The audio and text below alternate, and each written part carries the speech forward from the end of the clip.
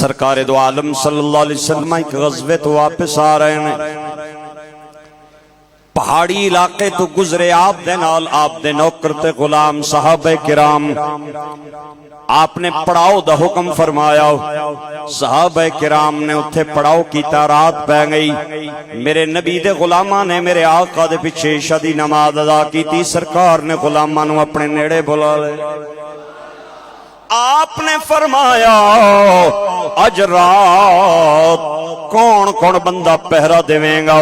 دو صحابی کھڑے ہوئے، انہاں آکھیا اللہ دے نبی اسی پہرا دیاں گے۔ مہاجراں دے وچوں ایک صحابی میرے آقا دے سامنے آئے، انصار صحابہ وچوں ایک صحابی سرکار دے سامنے آئے، مہاجرین دے وچوں حضرت عمار بن یاسر نے نمائندگی فرمائی، حضرت عبادہ بن بشر نے انصار صحابہ وچوں نمائندگی فرمائی، دوانوں میرے آقا لے کے پہاڑ تے چلیں گئے۔ آپ نے فرمایا اس پہاڑ تے تسا قیام کرنا ہے تے چوکی دارا کرنا ہے تے پہرا دینا ہے، اتھے چھوڑ کے تے سرکار اپنے خیمے نورانی دے اندر آ کے سو گئے، سارا لشکر اپنے اپنے خیمے دے اندر سو گیا۔ میرے بھائیو دو صحابی نے رات ٹھنڈی تے لمبی پہاڑ تے پہرا تنے تنہا پہ دینے نے آپس دے اندر مشورہ فرمایا، اگر دوئے جاگاں گے تے انسان کدرے جاگدیاں نیند نہ آ جائے، بندے نو اونگ بھی آ جانی ہے تے نیند بھی آ جانی ہے، لہذا اے نہ ہوئے کہ سرکار دے حکم دی نافرمانی ہو جائے، ایک پہرا دے گا دعا سویں گا، پھر دعا پہرا دے گا تے پہلا سو جا۔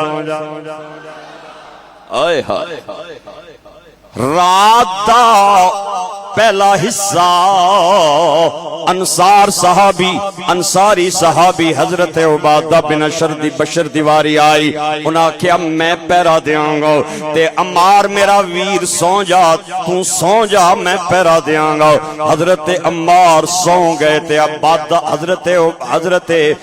حضرت عبادہ بن بشر نے پہرا داری شروع کر دیتی، پہرا پہ دیون خیال آیا ایویں جے پہرا دینا ہے کیوں نہ رب نال گلاں کر لواں، نماز پڑھ لواں۔ میرے بھائیو نماز دا پڑھنا اللہ دے نال ہم کلام ہونا ہے۔ حضرت سہل بن عبداللہ تستری بہت بڑے ولی کامل گزرے نے، آپ جنگل تے ویرانیاں دے اندر رہندے سن، کئی مہینے شہراں دے اندر نہیں سناندے۔ کسے بندے آکھیا جنگلاں تے ویرانیاں چ رہنے ہو بور ہو جاندے ہوگے، آؤ توانوں شہر دا میلہ وکھاڑ لے جاواں، آؤ توانوں بازار تے آبادی وچ لے جاواں۔ آپ نے فرمایا توانوں کس کے ہے میں بور ہو جانا وا، انہاں کیا اکھاں نال پہ ویکھنے آؤ، ترے مہینے بازار ول تے شہر ول نہیں آندے ہو، انہاں کیا نہیں ہوئے پاگلو میں بور نہیں جے ہوندا، جدوں اودے نال گلاں کرن تے دل کرے تے نماز نیت لینا وا، جدوں اودیاں سنن تے دل کرے تے میں قرآن کھول لینا، ادیاں جدوں سنن تے دل کرے تے میں نماز پڑھ لینا تے میں قرآن پڑھ لینا، تے جدوں اودے نال گلاں کرن تے دل کرے تے میں نماز نیت لینا۔ اے نماز پڑھنا مومن دا رب نال ہم کلام ہونا ہے۔ میرے بھائیو حضرت عبادہ بن بشر نے سوچیا کہ میں ایویں جے پہرا دینا ہے کیوں نہ نماز شروع کر لواں، انہوں نے تکبیر آکھی تے نماز پڑھنی شروع کی تھی، سورہ فاتحہ تو بعد سورہ کہف شروع کر دیتی، 15ویں سپارے دی سورت